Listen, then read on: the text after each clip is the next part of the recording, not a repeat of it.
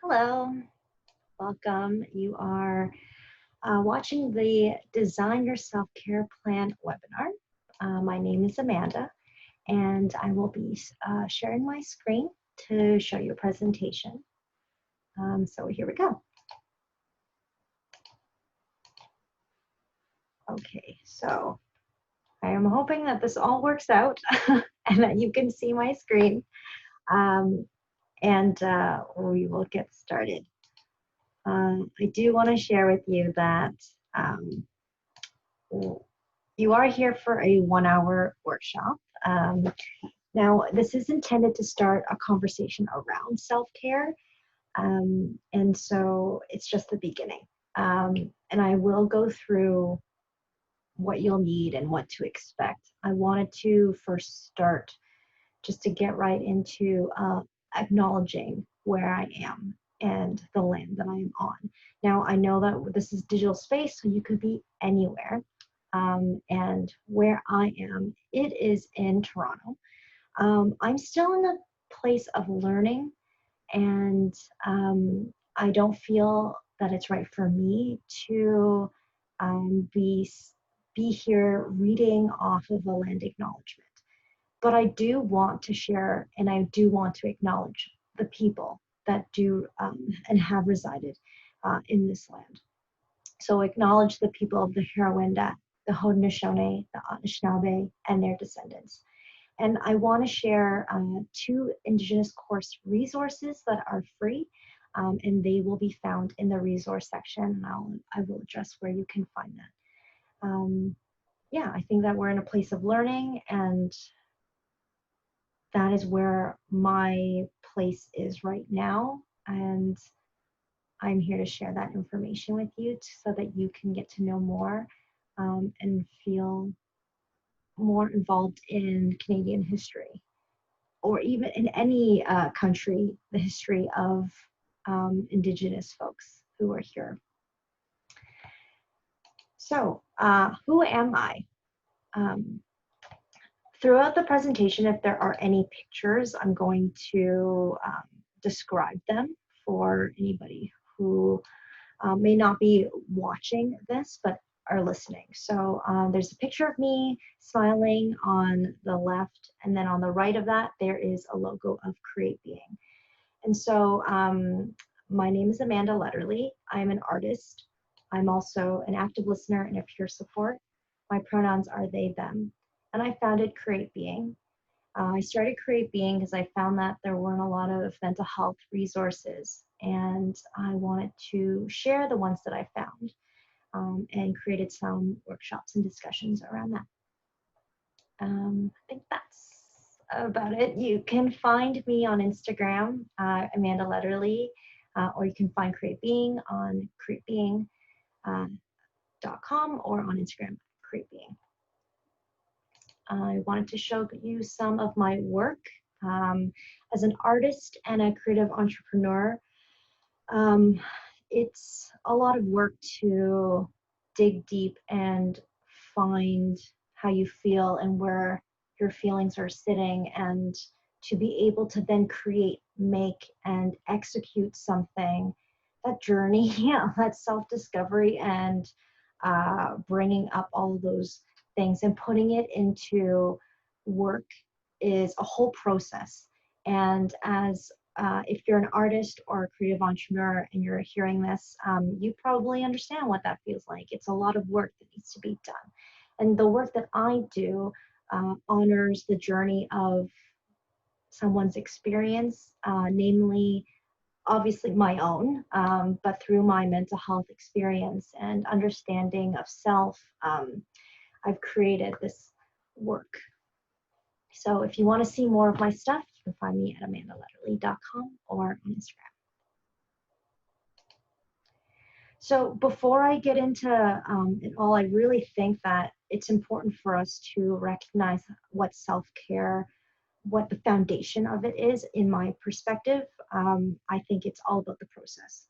And so I wanted to start off with David Gauntlet's Making is Connecting quote, a book from his book, Making is Connecting. The beating heart of creativity lies in the process of making rather than the product of that making.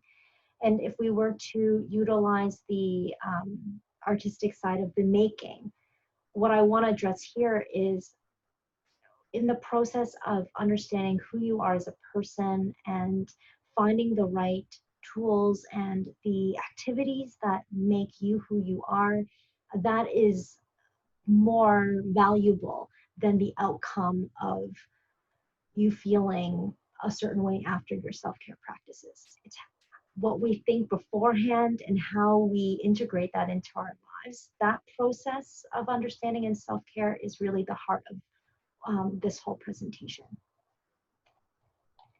I also want to shout out to David Gauntlet, who is a research chair at Ryerson Communication and Design faculty. So what are we doing in this? Part one is a framework around self-care. What is it really, and how can it benefit you, me? Then the second part is how can we organize it? How can we motivate ourselves, keep ourselves accountable? And what you'll be needing is paper, writing utensil of some sort, tea, water, whatever you need to make yourself comfortable. Feel free to pause at any point. This is yours. This is your time, and I want to make sure that you're comfortable. So if that means right now you're gonna put a pause on it and get some water, maybe get a blanket. Maybe if you decide that you don't want to be sitting upright and you decide that you want to be lying down and you want to just be listening, that is a-okay. Like I said, I'm going to do my best to describe what is on screen, read everything, and also any images. So if you feel like you just want to close your eyes and just listen, that's great.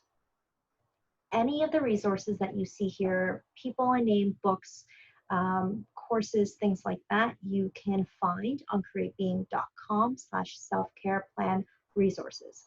So the two Indigenous courses that I named or mentioned in the beginning, David Gauntlet and his book, they're all in this webpage. I want to circle back, sorry, before I continue. Artists and creative entrepreneurs. If you don't identify as one, I'm going to be using creativity, artists, like I'm going to use those words interchangeably. The reason is because I believe that everybody is creative. I think that if you are problem solving, you're creative.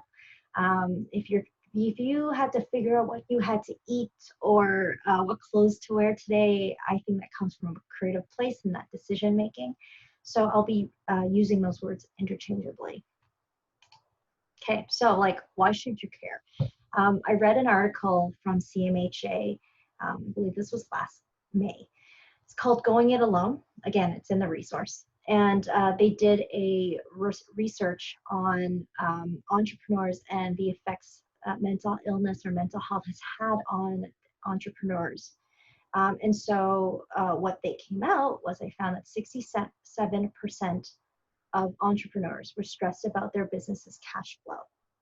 51%, more than half, reported experiencing feelings of inadequacy.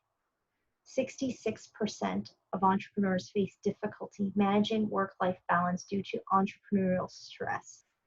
So when I look at these numbers, when I reflect on my own experience as an entrepreneur, I see value in taking care of myself.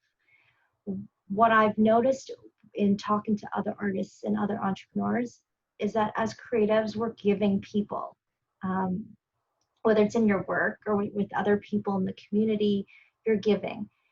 And when we're not giving to ourselves, it can be so difficult for us to be able to operate and move forward in our businesses. And so it's really important that we take care of ourselves so that we can take care of others. So what is self-care? I think we see it a lot. We hear about it a lot, but what is it actually? And Eleanor Brown says it really nicely that self-care is not selfish. You cannot serve from an empty vessel. And I think that that really just emphasizes the need to take care of ourselves so that we can take care of other people. But we hear about that terminology, self-care, so often that I'm not certain that we all know what it means anymore. In the beginning, a lot of the time, it really was a lot of like bubble baths and face masks. And I think that's shifting, or at least that's what I'm bringing to you. And so I looked up on Unsplash. I looked it up. I typed in self-care. I wanted to see how people were interpreting the word in visual format. So this is what came up. There's pictures of candles. There's a notebook with someone's handwriting that says every day is a fresh start. There's a picture is a black ground with chalkboard text that says you got this. There's already 3 images of coffee and teacups. There's somebody stretching in bed. There's yogurt. So there's what I'm seeing here is food is an aspect, mental motivation is an aspect, physical activity could be an aspect. And these are all still valid self-care practices. And I invite you to inquire and see what could also be a self-care practice. Could it be more than just positive thinking, quiet time, meditation? These soothing and peaceful practices outside of those things, what could also be a self-care practice? And very similarly to the creative process, again, process is a part of this. Very much like a creative process, it changes for everybody and it's different for everybody. So your practice, your process and how you do things is going to be very different than mine. And then also the practice in which you do those things are also going to be different based on how I feel that day, what's going on in the world, all of those things. So I know that it changes and that it's different for everybody. So finding the right one for you is going to be ongoing. So when we talk about creative process, I have 3 questions here and I have some examples. The first question is, what do you need to have before you start your work? So when you think about your work itself, are there any materials that you need to gather up before you do your stuff? So like, for example, if you're a visual artist, perhaps you're into painting. What are some materials that you need to bring out so that you can do your work? Do I need to get pencil, eraser, paint, canvas? If you, yeah, okay, so then what's something else? The environment. How am I going to feel comfortable? Where I sit, where I stand, are the clothes that I'm going to wear. Am I going to get splashed on? Is it going to be something that I need to move around and I want to feel comfortable in? And maybe you live with other people and you need to tell them to just like lower the volume because you want to focus on something and you need the noise level to go down. Something I think that we forget when we are doing the work is, am I hydrated and do I have food? Do I have a snack? Do I need a snack? Do I need to plan ahead before and after? Some things to consider for your creative practice. Second question to consider is, what are the best times for me to do my work? I love the mornings. That's what gets me going. I feel pumped and ready to rock the world. And then when afternoon hits, it's like I'm done for the day. And the evening, even more so. But there are going to be obviously folks that are like, oh, the evening is the place, the time that I need to work. It's the only way to work. And so knowing when the best time is important. Last question to consider is, how do you deal with things you don't want to do? So having tough conversations with people is something that I would put under that. Some things that I don't want to do, but know that they're important to do. And so I want you to consider this as part of your creative practice, your work that you do. And then also, how do we apply these things to self-care? Okay, so let's review these questions. What do you need what do you need to have before you start your self-care practice? So maybe in a bigger scale, you need to make an appointment, and it's a dental appointment. So it's something that's important that you need to take care of yourself. So what are the steps that I need to do to gather the material to get that done? Or what if it's to get started on, say, a workout routine? Well, maybe I need to get the clothes, and maybe I need to figure out what I want to work out and when I want to work out would be the best time, and what I need to do before I start work. And what about when you don't want to work out? Like, what do you, and there are days, there are for me, where I don't want to do those things, where I know that I have to do, and I know that are going to be good for me, but I really don't want to do them. So then thinking about, well, what's the workaround that? Something to consider.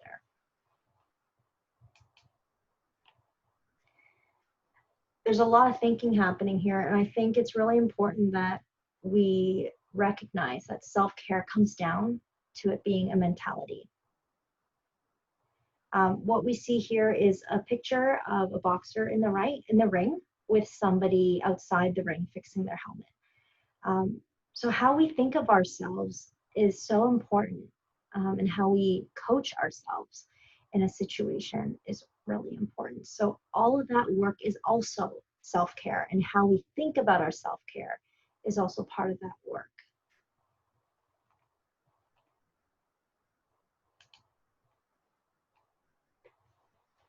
So how can this all benefit you? Well, this is a great way for you to get to know yourself, part of that process of understanding. And ideally in that way, when you get to know yourself and you take care of that person, you can ultimately execute the projects that you have to do, the business that you want to run. You have a better sense of yourself and your why and your self-understanding. How else it can benefit you? Your self-compassion, your kindness, the self-care as a mentality, the coaching part. I believe this is where it comes in. There's going to be moments in the day that something happens, somebody says something to you, or says something that maybe is in passing and it affects you. Well, instead of going down the spiral of not being good enough, or being angry at yourself, or being really frustrated with the other person, what can we say to ourselves to nurture that part of us, to turn it around and say, you know what, I'm going to give space to that person, or I need to remember that I am good enough and that I am worthy and I can create the space, and be able to shift so that you're ultimately being your self-coach and cheerleader.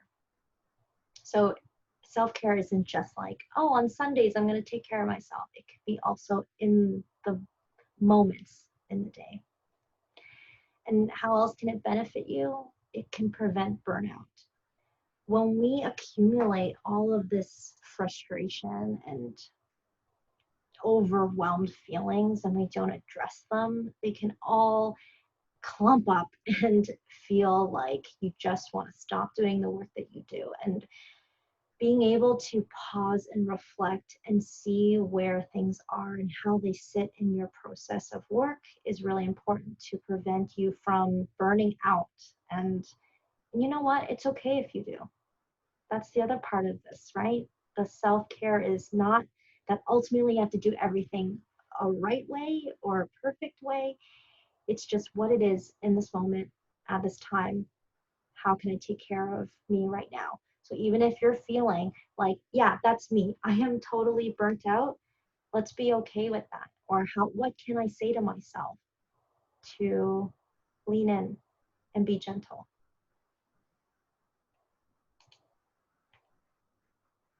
So make time. This book, Essentialism, I highly recommend. The quote is, if I don't prioritize my life, someone else will. I think this is really essential when it comes to self-care.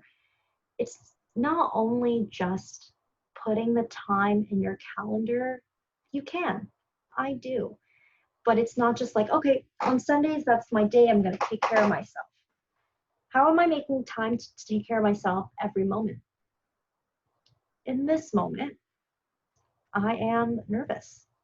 In this moment, I am just really unsure how this is going to end up, and maybe even what you're thinking and how you're feeling. And I, even in this moment, need to coach myself and let myself know that it's okay.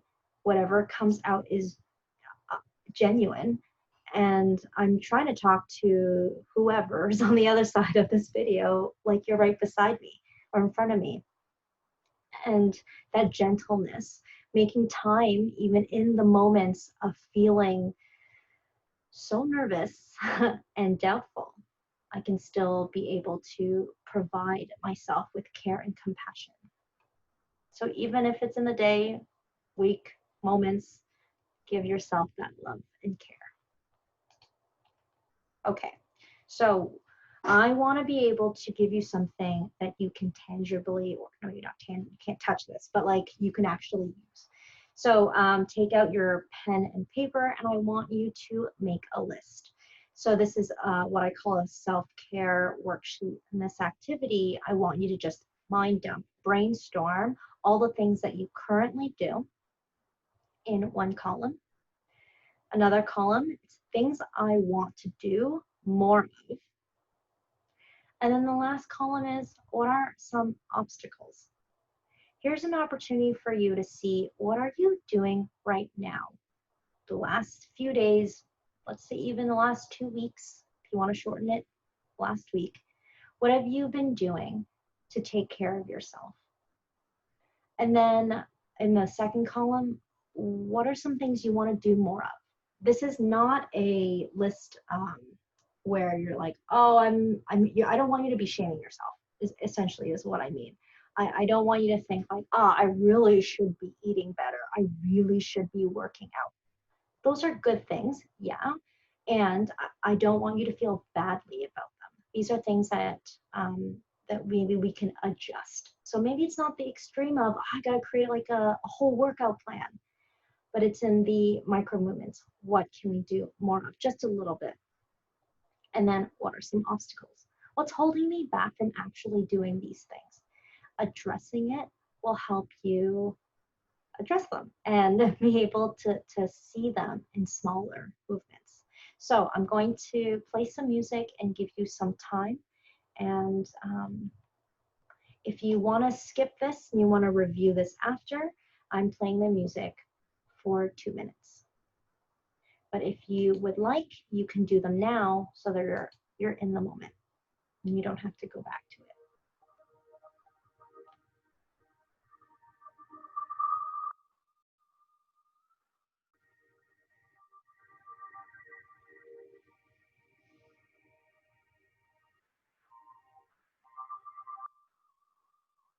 And in a minute's time, I'll repeat it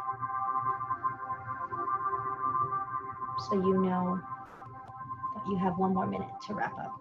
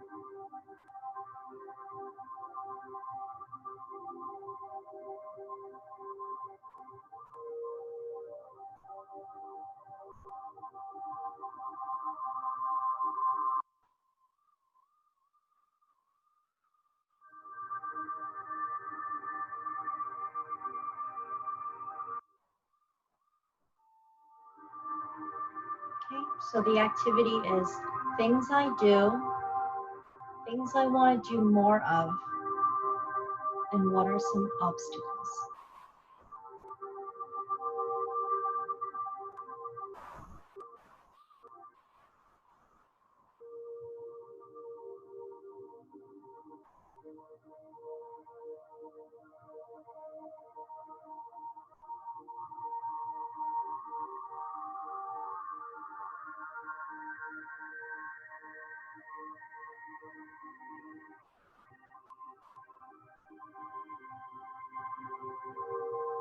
Thirty seconds, and we'll come back together.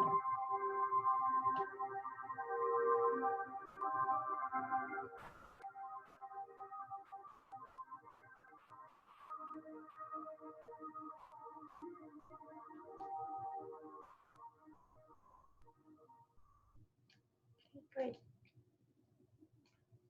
Okay, so the next activity I want you to do is categorizing these things. So the first column will be mental, emotional. So those are some boundaries, therapy, journaling, meditation, positive talk.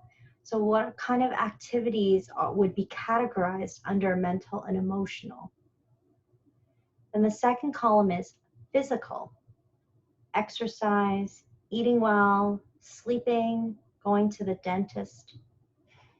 And the third column is social, joining groups, having family members and friends, positive interactions with those folks, attending classes and workshops for networking. Perhaps it's spending less time online. So the activities that you had on your list, where could they fit into these categories? Mental and emotional, physical, and social. So I'll give you a minute for this one.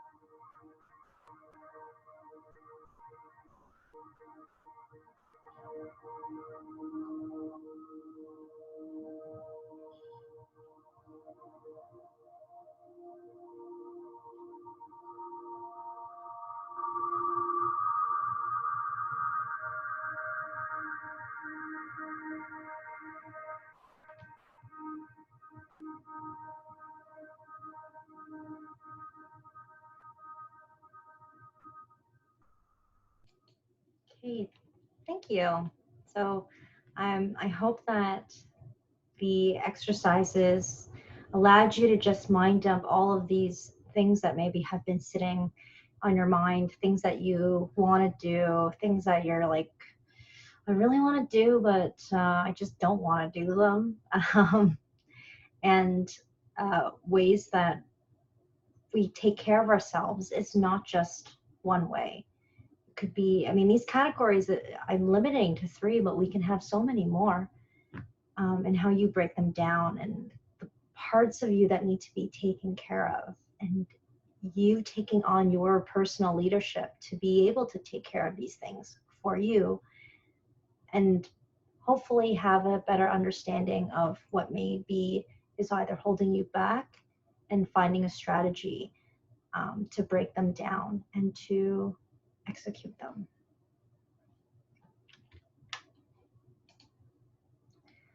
So another quote from the Making is Connecting book by David Gauntlet.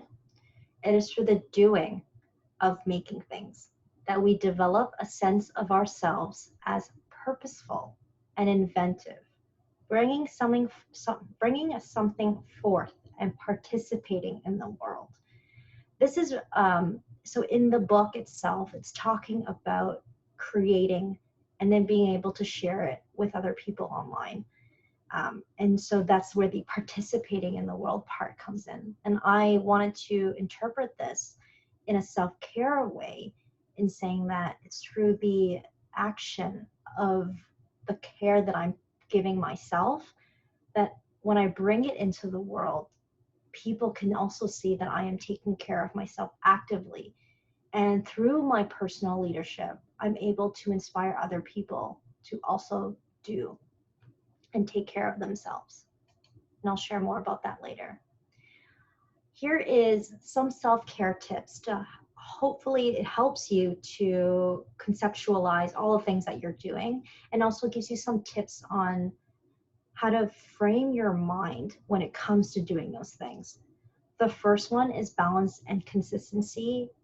I hear that all the time about finding balance and being consistent, and those are valuable things. But how you define balance and consistency is really up to you. If it means that 40% of the time you're doing one thing and 60% is, it doesn't have to be 50-50. Nothing is always that equal. So, and it really depends on how you feel that day, what's going on for you. So how you define balance and consistency is up to you. Small steps, long game. This is my favorite one. When there is a goal in mind, for example, doing yoga in the morning is a goal of mine. Actually, the big goal is being able to do yoga every day in the future is the goal. And so what I decided was I should probably start now. And then in doing so, knowing that mornings are my best times, I know that that's the time I'm slotting it, and that's the time frame I'm giving it, which means that I'm not necessarily giving myself 1 hour in doing it, because I can't do an hour right now, and that's okay. But I'm still doing more than I would if I did nothing. I was given an example by a nurse at the Center for Addiction and Mental Health in Toronto. And they said to me that even if you're doing one vinyasa, so that's one like flow, that's way more than doing none at all. And that really sparked that doing something small is still so valuable. I'm still creating the steps to doing something more. I can expand on that rather than the fear of not doing it at all, which is sometimes where I sit. Third, everyone is different.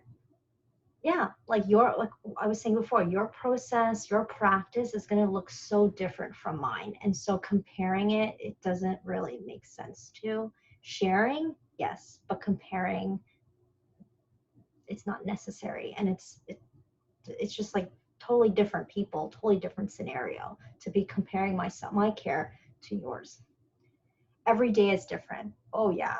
So how I act, like how I set myself up on Mondays for the week is going to be so different than how I'm going to feel on Saturdays. So finding out the best days for you and knowing, getting to know yourself in that way, is going to really help you with your care. So then you know exactly what you need.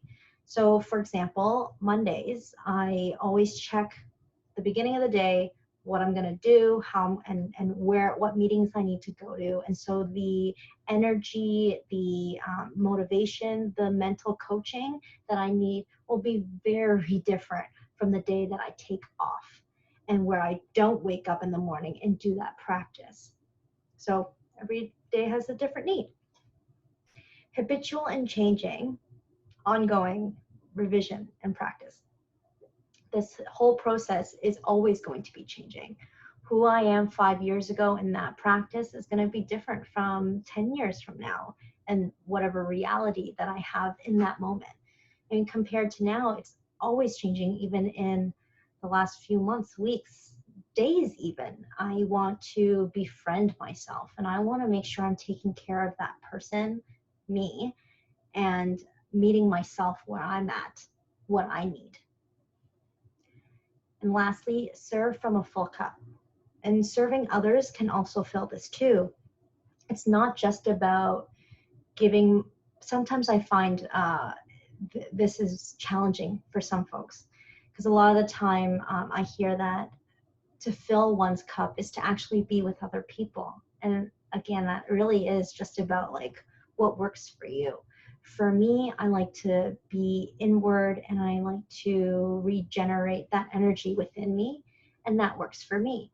And for others, it's being with other people that regenerates that energy for them. So however you feel is right for you to be able to charge up that battery again so you feel alive and not burnt out, whatever works for you works. Okay, so some structure.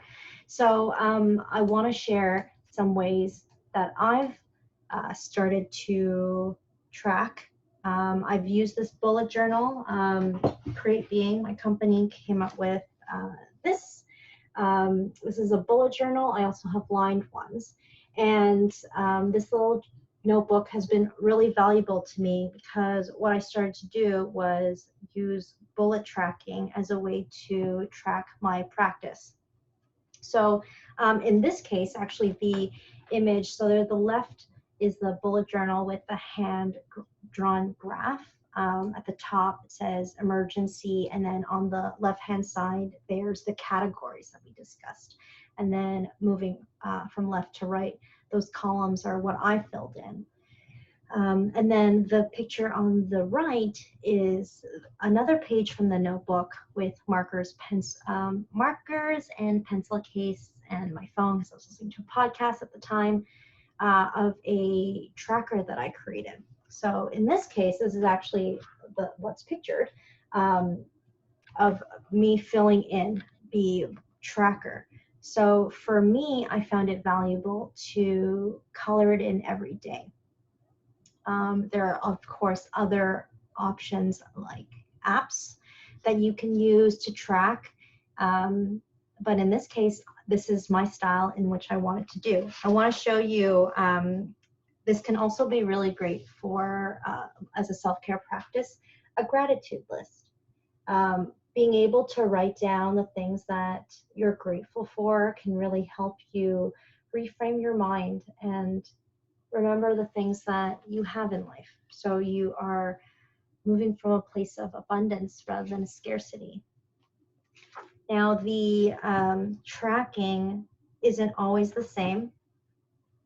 This might look intricate, but it's a character at the bottom holding balloons and circles at the top, and the lines are moving towards the balloons like they're like the strings for the balloons.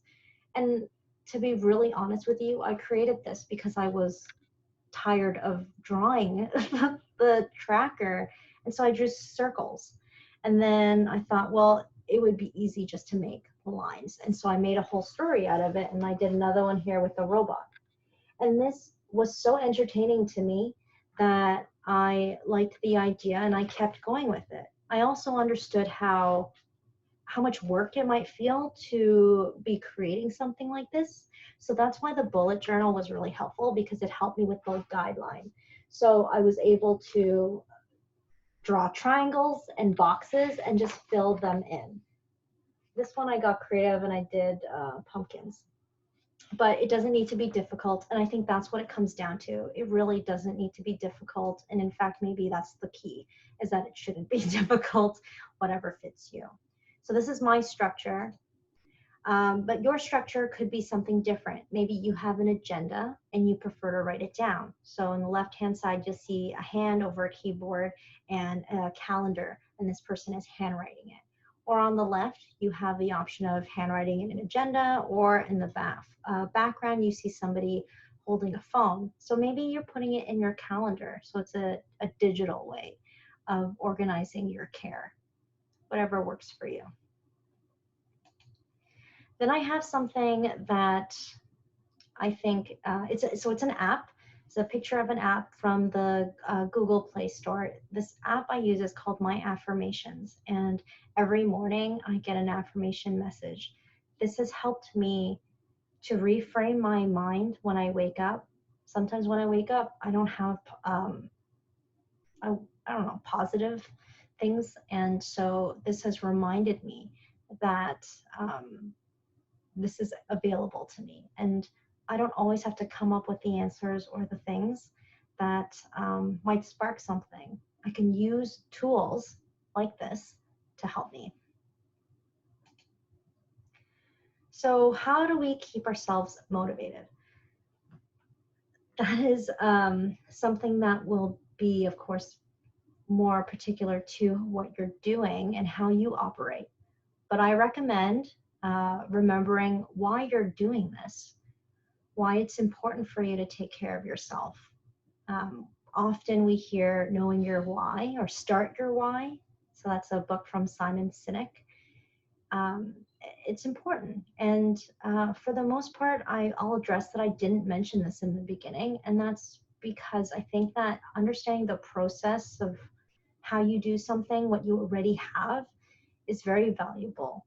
And the why is going to be something that will come up as you discover when you do certain things. And I think that addressing it and figuring out your why will keep you motivated. But knowing what you do now and that it can work and that things that you do is a good start. And then also your support systems, knowing who to go to for a particular thing. So for example, if you have a friend that is empathetic, if you have a friend that is more practical in nature, I'm not going to necessarily ask the person who is more practical in nature to help me with an empathetic need. I'm going to go to the friend that I know that's going to give me some empathy because that's what I need at that time. So knowing who to go to is also really valuable. And pictured here is two people holding a paper cutout of a black heart, and they're holding it together. So knowing your support system and utilizing your group, the people around you, will help you in your self-care because we're a community of people. We want to take care of each other. So some takeaways that I want you to take on, if you get anything out of this, is these three things. Self-care is more than just your physical health and your physical care. It's also what we think, how we think, and implementing self-kindness and compassion is a way for us to take care of ourselves in any moment of the day, whether or not we schedule it. And then keeping yourself accountable. Having your support system there, letting them know what your goals are or that you want to take care of yourself, and them asking like, hey, you mentioned this. Are you still doing this? That accountability is really helpful. I have started an accountability group with two other friends on WhatsApp. And what we do is every time we do something that we told each other we were going to do, we address it. And we're like, hey, I did this. We celebrate each other. And we're also not going to make each other feel bad if we don't do it. And lastly, and this is, I think, really clear, that it's a process. Just like your creative process and how you create, you are in this place of creating your self-care. You're creating the being that you want to be and how you want to take care of it. And it's always going to change, and it's okay. And you're going to build on it, and you're going to get to know yourself a little bit more and enjoy that journey, because it's you and it's who you be every day, who you get to be with every day. So I want to invite you to connect with me, whether it be online, through email or social media. Maybe you'll see me at an event as your active listener or peer support. There's a picture of me on the left with my arms open, welcoming you to say hello to me at any time you see me out there. And then on the right-hand side, I have two images. One is the Vision and Goals course that we have at CreateBeing.com. And then under it is a mini zine that I created. It's printable and it's available on Flamingo Market right now. But you can always find me at AmandaLederle.com. You can see my art on Instagram at AmandaLederle. And you can also email me at AmandaLederle.com. You can also find my company CreateBeing at that website, CreateBeing.com, on Instagram at CreateBeing, or you can email me at amanda@createbeing.com. Thank you so much for your time. Thank you for giving me your attention. And I hope that you are able to get something out of this that will help you in your creative process, in your self-understanding, and in your self-care. So be well, take care, and thank you. Bye.